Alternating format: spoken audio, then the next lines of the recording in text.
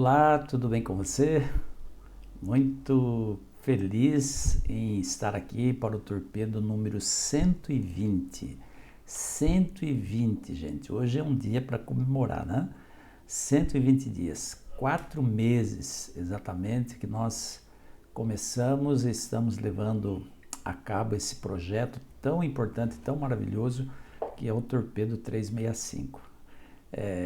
O meu canal, esse canal, ele foi criado há mais de 10 anos atrás, a princípio para isso mesmo, né? Para levar mensagem, para buscar o crescimento individual, intelectual, espiritual, profissional, o crescimento, enfim, em todos os aspectos de vocês que são aí meus inscritos e de todos aqueles que têm contato com os meus vídeos, com as minhas postagens. Eu quero mais uma vez demonstrar minha gratidão, meu carinho para você, por você que é inscrito no meu canal. Continue compartilhando os vídeos, né? Deixando o like e fazendo os comentários. Isso é que faz o canal crescer. O canal só cresce graças a essas ações da sua parte, tá bom? Hoje, no torpedo número 120, nós vamos refletir no capítulo 6 de Daniel. Capítulo 6. Ontem nós vimos o capítulo 5, que Daniel interpretou a escrita lá na parede, na festa lá do rei Belsazar. E nós terminamos dizendo que a profecia de Daniel, divulgada ali naquela escrita, naquela inscrição, né, se cumpriu naquela mesma noite, quando Dario, o Medo, tomou a cidade de Babilônia e começou a reinar no lugar de Belsazar. Bom, o tempo passou, Dario ele reorganizou, ele reestruturou o reino da Babilônia.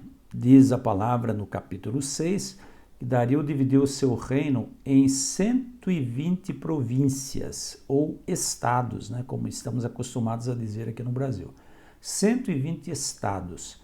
Cada estado tinha um governador e ele também instituiu 3 ministros para cuidar cada um de um grupo de estados, de províncias. Daniel era um desses ministros. E diz a palavra que Daniel era tão inteligente, tão sábio, tão honesto, e ele administrava as suas províncias de uma forma tão competente, com muita habilidade, né? Com muita sabedoria, com muita capacidade, que Dario começou a pensar seriamente em colocar Daniel como o primeiro ministro do seu reino. E quando alguém é levado a um cargo dessa natureza, dessa magnitude, quando alguém é levado a um cargo tão importante quanto esse, logicamente vai suscitar inveja, vai se suscitar ciúmes de muita gente, tá? E não foi diferente com Daniel. Daniel era já de uma certa idade avançada, né? Mas ele permanecia fiel ao Deus que ele acreditava, ao nosso Deus, o Deus criador do céu e da terra. E Daniel tinha por costume orar ao Senhor, orar a Deus na janela, lá no seu quarto, com a janela aberta, a janela que era voltada para a cidade de Jerusalém. Então, os ministros daquela época começaram a arquitetar planos para derrubar Daniel, para destituir Daniel do cargo de ministro, para que Dario nem colocasse ele como primeiro-ministro do reino. Mas eles procuraram algo para se apegar, algo de que acusar Daniel, e eles não conseguiam encontrar nada. Daniel era muito honesto, era muito transparente, ele prestava as contas direitinho, ele prestava relatório ao rei direitinho do que estava acontecendo nas suas províncias, e eles não conseguiam encontrar nada para acusar Daniel, para, rebaixar a imagem, a reputação de Daniel diante do rei Dario. E aí o que aconteceu? Um dia eles tiveram uma ideia. Eles arquitetaram um plano para pegar Daniel dentro do seu costume, da sua religião, dentro da sua fé. E eles então prepararam uma lei e chegaram até o rei Dario e disse assim: rei, nós ministros, nós estivemos reunidos, conversando, e chegamos à conclusão de que deveríamos elaborar, né, uma lei, escrever uma lei para que o senhor assine. E essa lei diz o seguinte, que durante 30 dias nenhum homem pode fazer nenhum pedido a nenhum Deus e a nenhum outro homem a não ser ao Senhor Rei. Então toda pessoa do seu reino não pode pedir nada a ninguém e a nenhum Deus. Os pedidos devem ser dirigidos somente a ti. E o rei olhou aquilo e tal, né? Ele ficou meio assim, desconfiado e tal, mas diante da insistência dos ministros, ele então assinou aquela lei. E aí foi o erro de Dario, né?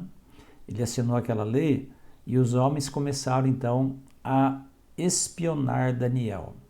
Eles sabiam que Daniel tinha o costume de orar a Deus 3 vezes por dia com a janela aberta, a janela do seu quarto aberta.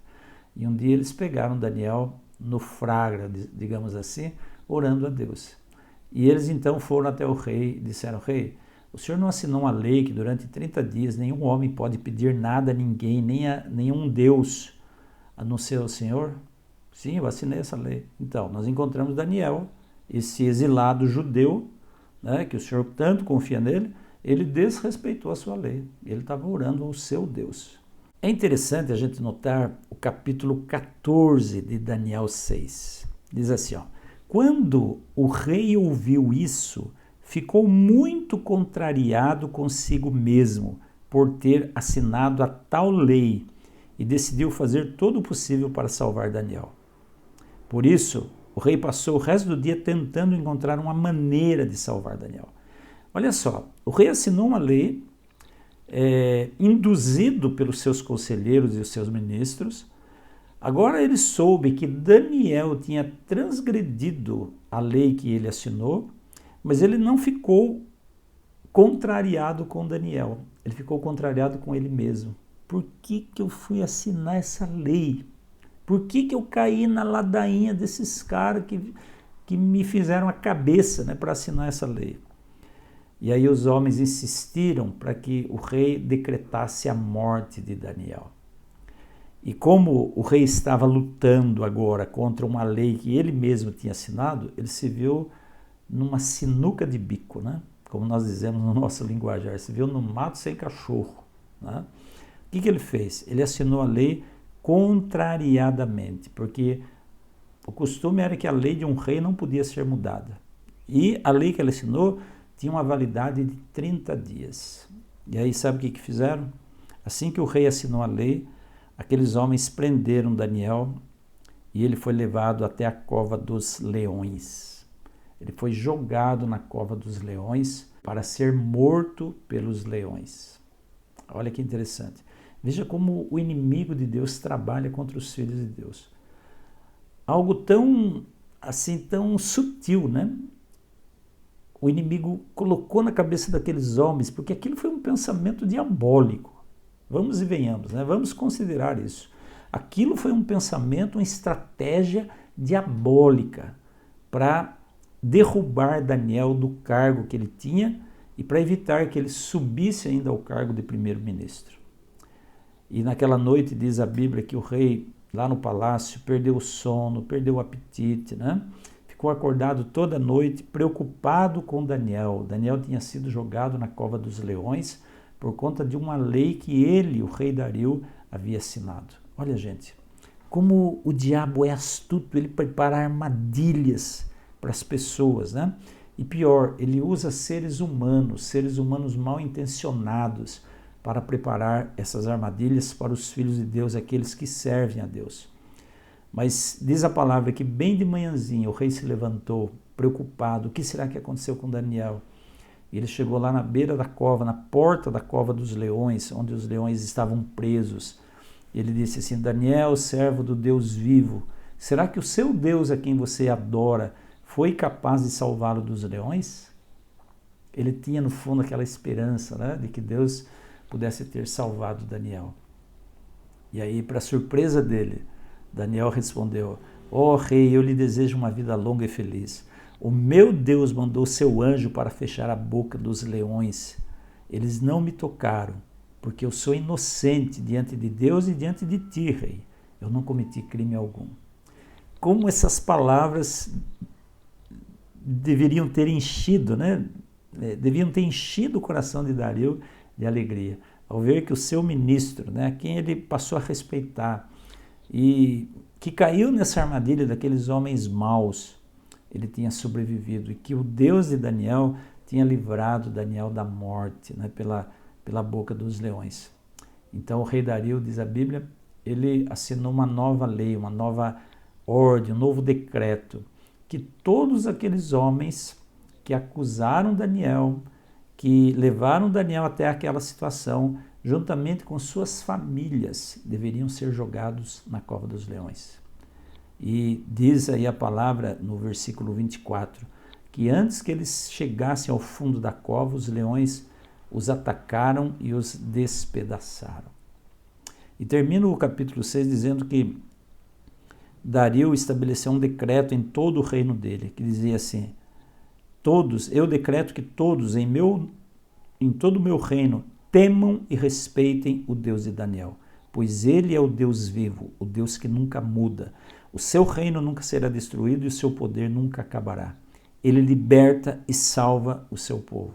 Ele faz grandes maravilhas, milagres nos céus e na terra. Foi ele quem livrou Daniel do poder dos leões. Gente, até o capítulo 6, o livro de Daniel tem 12 capítulos. Até o capítulo 6 conta essa e outras histórias que nós já vimos aqui no Torpedo. Né? Essa é uma das histórias mais lindas que eu acho na Bíblia. Essa e a história dos hebreus lá que foram jogados na fornalha de fogo ardente.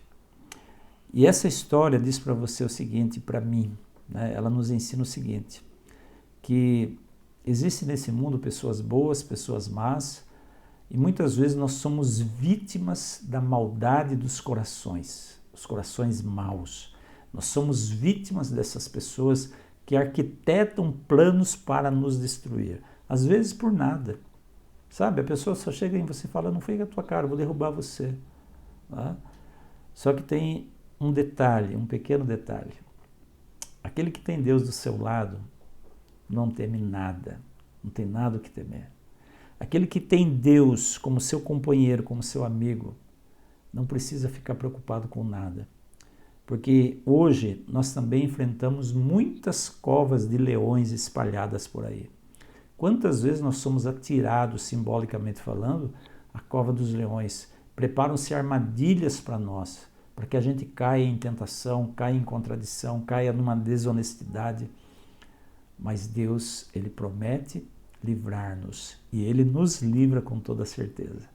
Então essa história de Daniel na cova dos leões fala muito ao meu coração e espero que você aprenda também essa lição, que mesmo diante de um perigo iminente, um perigo que não tem como você sair vivo dali, mas o impossível para o homem é o possível para Deus. E é maravilhoso sabermos que Deus é esse Deus que cuida de você e de mim quando nós somos fiéis a Ele. Nós não temos nada o que temer se continuarmos no caminho da fidelidade. Então fique com esse torpedo aí para o seu coração hoje e um forte abraço para você. Amanhã eu volto com o torpedo número 121. Fique com Deus e até lá.